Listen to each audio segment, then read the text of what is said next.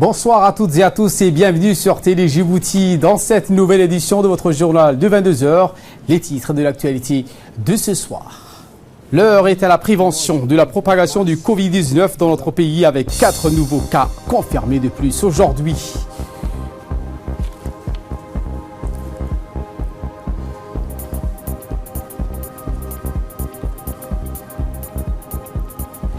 Et dans l'actualité internationale, l'Italie a franchi le cap de 10 000 morts et devient ainsi le pays le plus endeuillé au monde par la pandémie du Covid-19. Voilà pour le sommaire. Merci si vous nous rejoignez sur Télé Djibouti. Et nous entamons cette édition avec le point de presse du jour du secrétaire général du ministère de la Santé. Selon lui, 4 nouveaux cas sont confirmés positifs, ce qui porte le nombre total des personnes infectées par le Covid-19 à 18 personnes. Je vous propose de suivre donc la déclaration de M. Salah Banoita, secrétaire général du ministère de la Santé. Le 29 mars, nous avons testé 195 personnes. 4 personnes sont confirmées positives au Covid-19. Cela porte le nombre total de personnes actuellement infectées et présentes sur le territoire à 18. Leur état clinique reste toujours stable et satisfaisant. Ils restent suivis sur le plan clinique et bénéficieront, selon le protocole établi, d'un test de dépistage à leur sortie du centre de prise en charge. Par ailleurs, 41 personnes restent ce jour sous surveillance dans le centre de quarantaine à Bouffar. L'heure est plus que jamais à la prévention du risque de la propagation du virus dans le pays. Nous réitérons fermement le respect systématique des gestes barrières. Se laver les mains au savon très régulièrement. Tousser et éternuer dans le pli de coude ou de mouchoir en papier à jeter immédiatement. Respecter une distanciation sociale d'au moins 1 mètre.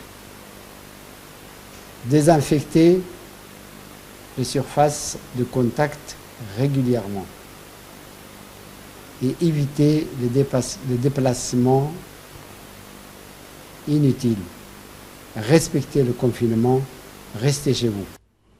Eh bien, il s'agit d'un nouveau bilan du Covid-19 qui fait grimper le chiffre de 14 à 18 personnes infectées. Les 4 nouveaux cas faisaient partie d'un contingent de personnes confinées à l'Oyada. Il s'agit principalement de personnes qui, après la fermeture des frontières aériennes, ont dévié leur vol sur Hargeisa pour regagner Djibouti par voie terrestre et qui étaient jusqu'à maintenant à l'Oyada. Après les tests effectués par les agents de la santé, 4 d'entre eux se sont révélés positifs au Covid-19. Les 4 personnes confinées actuellement au centre de quarantaine à l'hôpital Bouffar seront acheminées demain après-midi à Arta pour s'ajouter aux 14 personnes déjà hospitalisées dans ce centre de traitement. Ces nouveaux cas nous indiquent qu'il s'agit là d'un nouveau foyer du Covid-19 à la périphérie de Djibouti.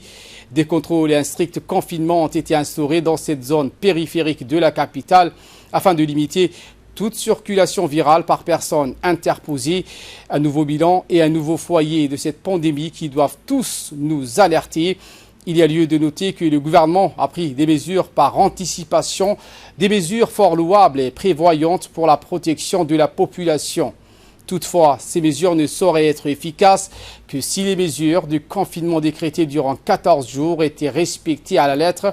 Dans le cas contraire, on s'achemine vraisemblablement vers un prolongement de la période de confinement accompagnée d'une surveillance sécuritaire musclée et adaptée au strict respect du confinement.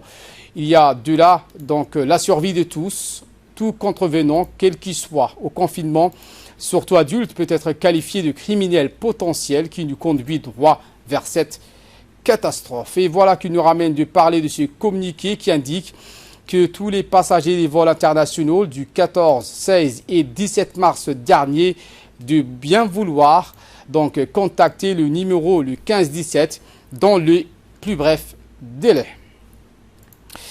Dans le cadre de la riposte à la propagation du coronavirus, le ministère de la Santé, Mohamed Warsama Dilié, a donné des instructions fermes pour la mise en place des mécanismes de contrôle et de mesures barrières aux entrées des principales structures hospitalières du pays. Ainsi, la maternité d'Ar al-Hannan a donc aménagé des points de triage et des circuits des patients afin de contrôler la fluidité et la circulation. Pareil également à toute éventualité de propagation du Covid-19, des unités de lavage des mains et de la désinfection, ainsi que le dispositif de contrôle thermique ont été également mis en place. C'est ce qu'a précisé la directrice de la maternité d'Ar al-Hannan, Hawa Gessoud. Hôpital de référence du pays et qui accueille la mère et l'enfant. Donc, les responsables de cet hôpital a créé un comité multidisciplinaire. Donc, ils sont composés d'un médecin gynécologue, d'un néonato, d'une surveillante générale, de quelqu'un de l'hygiène. Cet comité a été créé pour vraiment assurer la gestion de ces crises de la maladie coronavirus. Donc, c'est pour suivre surtout les activités. Donc, la première fois dès qu'on a créé ce comité interne, on a décidé de créer des tentes au niveau de l'hôpital, 3 tentes. La première tente concerne à trier les patients, les parturientes qui vont venir, les patients, on va trier. Donc, il y a un médecin qui est là, un infirmier et un agent d'hygiène. Donc, on a les matériels, un thermomètre, dont on va essayer de voir si vraiment ça nous montre que la personne a la température. Il y aura un questionnaire qui sera posé par cette personne. Donc, la première question, s'il a un mal de gorge, s'il a la fièvre, s'il a une détresse respiratoire, il ne respire pas bien, et s'il est venu dans une zone endémique. Si vraiment c'est suspect, à ce moment, il y a une deuxième tente qu'on avait prévue, et là, il y a des matériels qui sont disponibles, c'est-à-dire pour accueillir cette femme, elle a un travail. Il y a une sage-femme qui est disponible à ce niveau. Elle va faire l'accouchement. Une fois que l'accouchement est fait et que l'enfant et la mère est sauvée, et après 2 heures, on va les garder. On a prévu une 3e tente pour l'isolement. Et cet isolement, c'est pour... il y a des matériels aussi, surtout des matériels ISPI, des matériels de réanimation. Si elle a une détresse respiratoire, il y a les réanimateurs qui est là et l'anesthésie. La personne sera assistée par ces gens. Et entre-temps, après 2 heures, on va faire l'appel 15-17 qui vont venir, l'ambulance, et elle sera acheminée ou transférée vers Bouffar. Pourquoi Bouffar? Parce qu'à Bouffar, c'est là où on va faire le dépistage. Le dépistage parce que nous, on fait uniquement les tris. En ce qui concerne la réponse humanitaire et sociale face aux mesures de précaution et de prévention contre la pandémie Covid-19 à Djibouti, le ministère des Affaires sociales et de Solidarité, en collaboration avec le secrétariat d'État chargé de la décentralisation et le ministère de l'Intérieur, mène depuis le 22 mars des réponses pour atténuer l'impact socio-économique du coronavirus sur la population. Eh bien, les premiers appuis alimentaires ont été diligentés au niveau du Djibouti, où la distribution massive des vivres se poursuivra dans les 2 communes, à savoir Boulaos et Balbala, jusqu'aux prochains jours. Ces bénéficiaires de cette action sont issus du registre social de la base des données du ministère des Affaires sociales et des Solidarités. Et cette image des salariés djiboutiens ne respectant pas les barrières et la distanciation sociale au moment de retirer l'argent au niveau des banques de la place. Une équipe de la radio-télévision a sillonné devant les banques et ont remarqué que les Djiboutiens sont tous entassés devant les banques, ainsi ne respectant pas la règle de distanciation sociale. Des foules et des queues énormes se forment à l'entrée de chaque banque, comme vous pouvez le constater sur ces images, mais à l'intérieur, les banques ont mis en place le dispositif d'1 mètre et respectent cette règle de barrière. Le ministère de l'Intérieur rappelle aux banques de la place de respecter également les horaires de travail qui sont entre 8h et 17h l'après-midi. L'actualité dans les régions de l'intérieur, à Tajoura, ou dans le cadre de la lutte contre la propagation de la pandémie. Et dans l'optique de l'arrêter, les forces armées de la région de Tadjoura et la gendarmerie ainsi que la police sont mobilisées dans les différentes artères de la ville blanche, et ce à la sortie de la frontière pour donc filtrer les personnes entrant et sortant. Eh bien, le préfet de la région a indiqué que ces mesures resteront donc limitées sur tout l'étendue de la ville blanche.